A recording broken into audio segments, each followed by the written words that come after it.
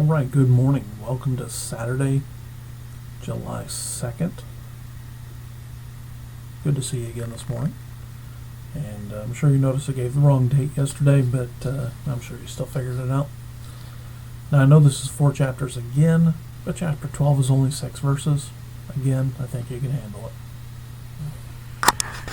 One of the things I've more noticed now through this time and stopped and thought about it is that not only did the ministry of Isaiah cover maybe 60 years, but the book of Isaiah would also have covered that many years. It doesn't look like, Isaiah just sat down and wrote the whole thing at once.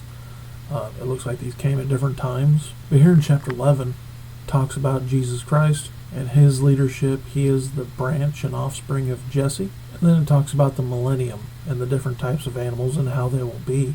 And again, misused verses. People have their heart in the right place. I get it, but verse 6 there says, and a little child shall lead them. It's not talking about people. It's not talking about politics. It's talking about animals. Also notice there in verse 13, Ephraim envies Judah. Man, if they just would have got rid of that and not been stupid. And then 12 seems to be along the same train of thought. Chapter 13 talks about the judgment of Israel and Judah.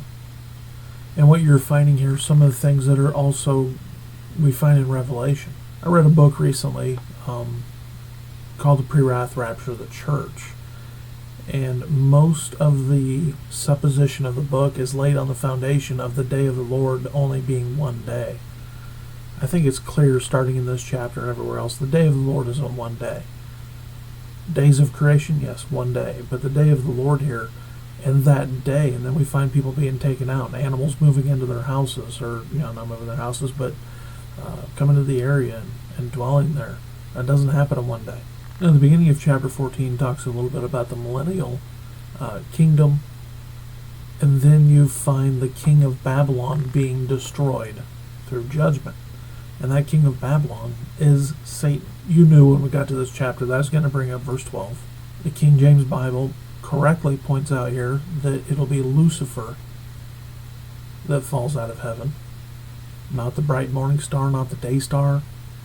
Lucifer. If your Bible doesn't say Lucifer in verse 12, you should probably get rid of it. So Lucifer faces his final judgment. And then you see some other judgment coming on, and then we're going to talk about deliverance and judgment all throughout the book. So, all right, I hope this is helpful to you. Have a great day. We'll catch you tomorrow.